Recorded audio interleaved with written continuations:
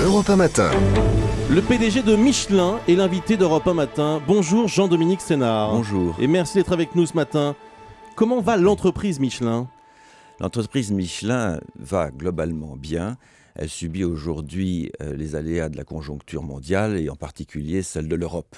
Globalement bien, donc on peut rappeler que par exemple le chiffre d'affaires était en nette hausse l'an dernier. Oui, c'est juste. Et le bénéfice aussi. Oui, absolument, avec un contexte de l'ordre de 25%, mais voilà. avec, je dirais, un contexte particulier qui était que les matières premières avaient commencé à baisser et nos prix étaient restés élevés, ce qui avait été, d'ailleurs, pour l'ensemble de la profession, extrêmement positif. Malgré ces 25% d'augmentation du bénéfice qui est considérable dans cette période de crise, vous décidez de supprimer 730 emplois. Est-ce que ce n'était pas évitable, Jean-Dominique Sénard ? Je voudrais vous dire d'abord que nous comprenons, et moi en particulier, parfaitement bien l'émotion qui est suscitée aujourd'hui à Tours.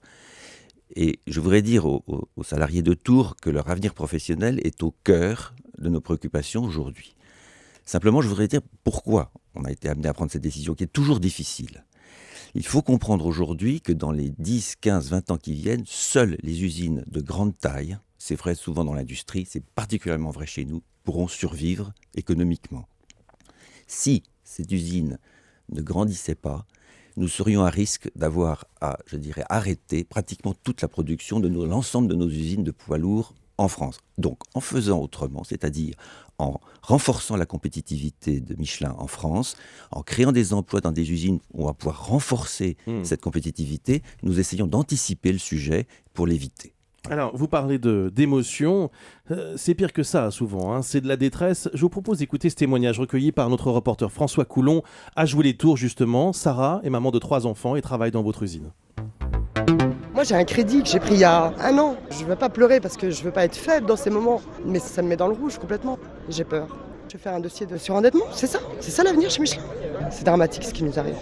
Moi j'ai des brûlures sur le corps parce que je fais cuire les membranes, mais voilà, on le fait avec notre cœur, on aime ce travail. C'est pour ça que Michelin, il ne faut pas qu'il fasse n'importe quoi avec nous. Si Michelin c'est vraiment notre famille, il ne faut pas qu'il nous laisse tomber.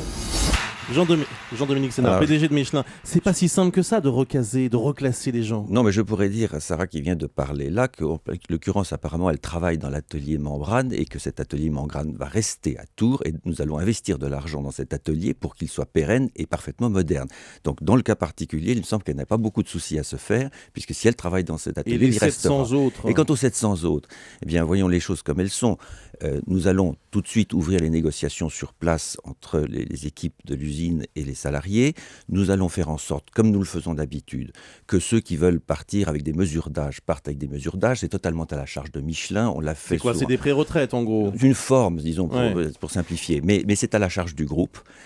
Aussi, nous allons offrir à tout le monde, entendez-vous bien, 2 postes dans nos équipes françaises de Michelin. C'est-à-dire, ils auront le choix, une alternative entre 2 possibilités dans une usine française de Michelin. C'est pas mal. Enfin, c'est changer de vie surtout, c'est déménager. Mais ceux qui ne pourraient pas, vous avez raison, mais ceux qui ne pourraient pas, eh bien à ce moment-là, on installerait sur place des ateliers de transformation professionnelle, ce qu'on a déjà fait dans le passé avec un énorme succès.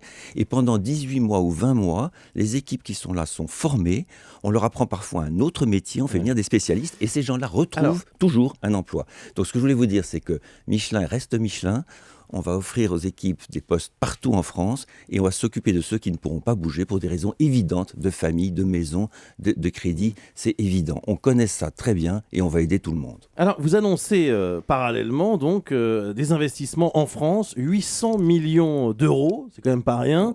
Dans le même temps, vous supprimez 700 emplois, donc si on fait un rapide calcul, ça fait plus d'1 million finalement par emploi à supprimer. Non, mais il n'y avait pas une autre solution, encore une fois ? Non, parce que je pense que c'est la bonne solution pour l'avenir de notre industrie en France et en particulier pour celle de Michelin. Écoutez, on investit 800 millions d'euros en France, on pourrait ne pas le faire. Ça ne m'est jamais venu à l'esprit. On le fait pourquoi ? Parce qu'on va créer à La Roche-sur-Yon une usine de pneumatiques poids lourds qui va être de classe mondiale. Entendez-le bien, de classe mondiale. C'est-à-dire que cette usine-là, qui va doubler de capacité, va être capable de rivaliser avec les grandes usines chinoises qui nous menacent dans l'avenir. C'est très important. On va investir donc aussi... ça veut dire que le secteur poids lourd n'est pas terminé pour Michelin ? Mais bien sûr que non. Ouais. Et non seulement il n'est pas terminé, mais il n'est pas terminé en France.